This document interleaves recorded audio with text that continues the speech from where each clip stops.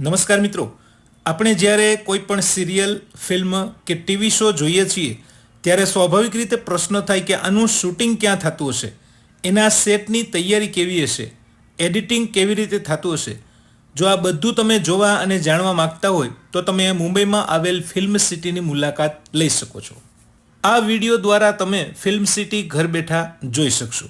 મુંબઈમાં ગોરેગાંવમાં આવેલી ફિલ્મ સિટીમાં ફિલ્મ અને સિરિયલના સેટ, જરૂરી લોકેશન, સ્ટુડિયો, વિવિધ રેકોર્ડિંગ રૂમ, ગાર્ડન વગેરે છે કે જ્યાં ફિલ્મનું કે સિરિયલનું શૂટિંગ તો થઈ જ છે. એટલું જ નહીં, વર્ષોથી સૌના ફેવરેટ કોણ બનેગા કરોડપતિ, બિગ બોસ અને Kapil Sharma laughing comedy show જેવા ટીવી શો પણ આ ફિલ્મ સિટીમાં જ શૂટ થાય છે.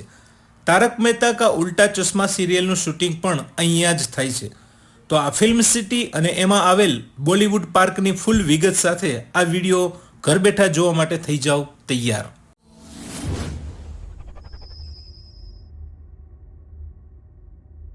તો મિત્રો, હવે આપણે ફિલ્મ સિટી પહોંચી ગયા છીએ. સૌથી પહેલાં અહીંયા મેઇન ગેટની બાજુમાં ટિકિટ કાઉન્ટર છે, ત્યાંથી આપણે આની ટિકિટ લેવાની હોય છે. એક વ્યક્તિની ટિકિટ છે 1000 રૂપિયા. સમયાંતરે ટિકિટમાં ફેરફાર હોઈ શકે છે, જેમાં બસ દ્વારા ફિલ્મ સિટીમાં ટૂરમાં લઈ જવામાં આવે છે.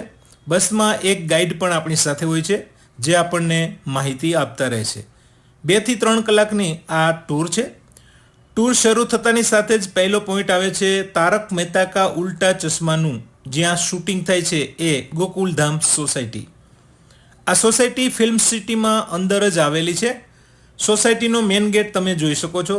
બીજું કે જેઠાલાલની ગડા ઇલેક્ટ્રોનિક્સ દુકાન સિરિયલમાં આપણે જોઈએ છીએ કે એ મુંબઈ શહેરમાં બતાવવામાં આવે છે કે જ્યાં જેઠાલાલ રિક્ષામાં બેસીને દુકાને જાય છે, પણ હકીકતમાં એવું નથી.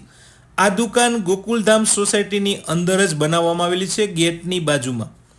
બીજી મહત્વની બાબત એ છે કે આ સોસાયટીમાં જેઠાલાલનું ઘર અને બીજા જેટલા પણ સભ્યો છે એ બધાના ઘર જે બતાવવામાં આવે છે એ હકીકતમાં આ ગોકુલધામ સોસાયટીમાં નથી. અહીંયા ફક્ત દરવાજાની ફ્રેમ જ છે, જ્યાં દરવાજો ખોલતાની સાથે અંદર સીધી દિવાલ જ આવી જાય છે. એ બધાના ઘરનું અંદરનું શૂટિંગ બીજી જગ્યાએ થાય છે. આ ઇન્ડોર શૂટિંગ છે. આ ટૂરમાં ઇન્ડોર શૂટિંગમાં અંદર જવાની ક્યાંય પરમિશન નથી. હવે તમે જોતા હશો ટીવીમાં જે બિગ બોસ શો આવે છે એનો સેટ અહીંયા છે. આ ટૂરમાં 2-3 આઉટડોર પોઈન્ટ પર લઈ જવામાં આવે છે. જો કોઈ જગ્યાએ ફિલ્મ કે સિરિયલનું શૂટિંગ ચાલુ હોય તો ત્યાં બતાવવામાં આવે છે. આ છે ફિલ્મ સિટીનું ફેમસ મંદિર. આ એક એવું મંદિર છે કે જ્યાં કોઈ ભગવાનની મૂર્તિ નથી. ફિલ્મના સીન અનુસાર અહીંયા ભગવાનની મૂર્તિ મૂકવામાં આવે છે અને જેવું શૂટિંગ પૂરું થાય પછી તરત જ એ મૂર્તિ ત્યાંથી લઈ લેવામાં આવે છે. ઘણી બધી ફિલ્મોમાં આનો ઉપયોગ થયો છે, તમે જોયો હશે. અજય દેવગનની દિલવાલે ફિલ્મમાં મંદિરનો જે સીન છે એ અહીંયા શૂટ થયેલ છે. દૂધ કા કર્જ ફિલ્મમાં પ્રેમ ચોપરા જે છુપાય છે એ આ મંદિરમાં જ છુપાય છે. આ મંદિરનો જ સીન છે.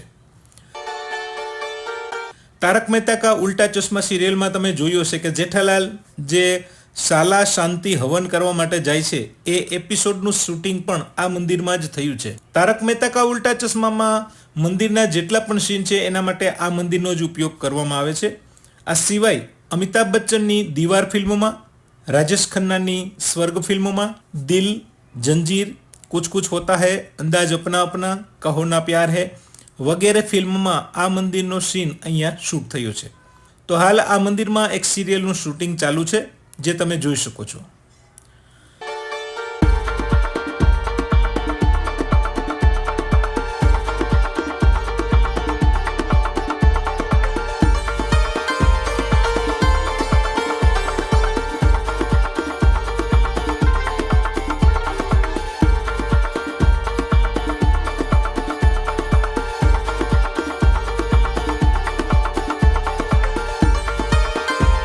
હવે આપણે આવી ગયા છીએ ગોકુલધામ સોસાયટીના પાછળના ભાગમાં કે જ્યાં એક ગાર્ડન છે.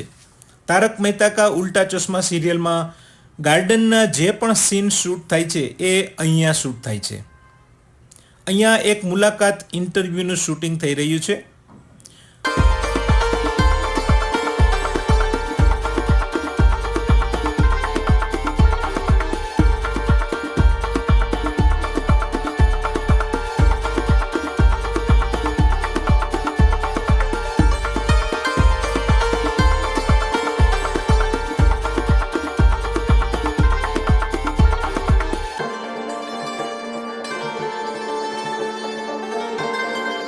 હવે આપણે આવી ગયા છીએ બોલિવૂડ પાર્કમાં. શરૂઆતમાં તમે અહીંયા જોઈ શકો છો કે એક પોલીસ સ્ટેશનનો સેટ છે, જ્યાં જરૂરિયાત અનુસાર પોલીસ સ્ટેશનના શહેરનો બોર્ડ બદલે છે. 1977માં મહારાષ્ટ્ર સરકાર દ્વારા ફિલ્મ ઇન્ડસ્ટ્રીની મદદ પૂરી પાડવા માટે ફિલ્મ સિટીનું નિર્માણ કરવામાં આવ્યું છે. ફિલ્મના જરૂરી લોકેશન અને ડાન્સ સિક્વન્સ માટે ફિલ્મ સિટી આશીર્વાદ સમાન છે. અહીંયા અલગ અલગ ફિલ્મોમાં કે સિરિયલમાં ક્યાંક ને ક્યાંક કોઈ સીનનો ઉપયોગ થયો હોય તો એ સેટ તમે અહીંયા જોઈ શકશો અને અહીંયા ફોટોગ્રાફી કરી શકો છો.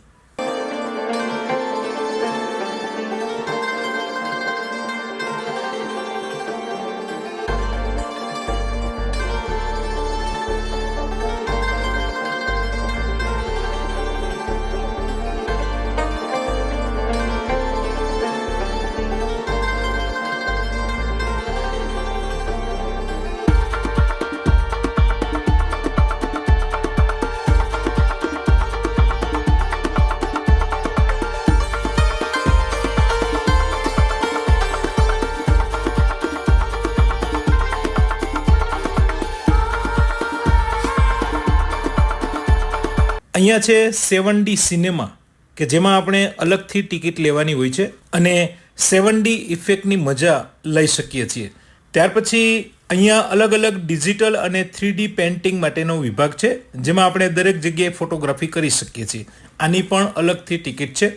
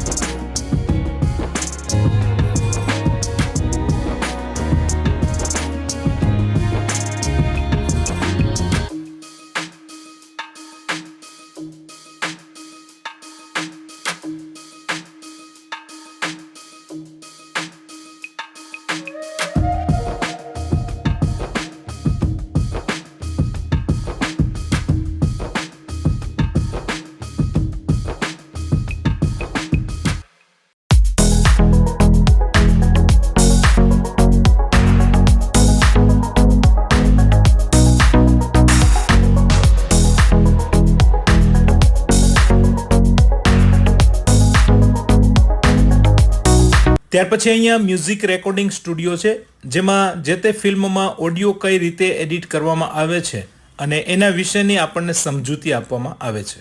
कार्टून फिल्मों की आवाज वॉइस मॉड्यूलेशन है.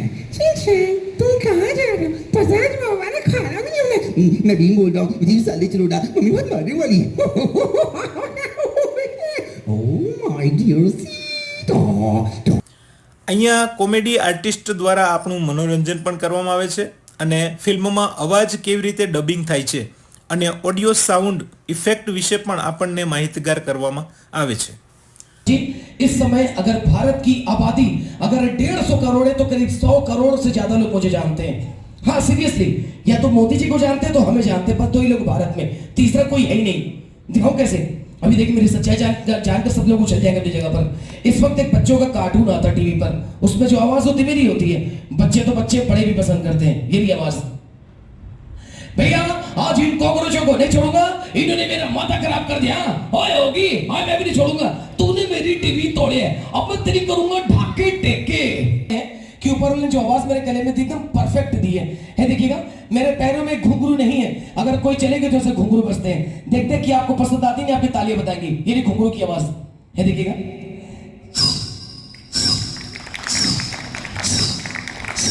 यकीन हो रहा है ये मुंह से आवाज आ रही है देखिएगा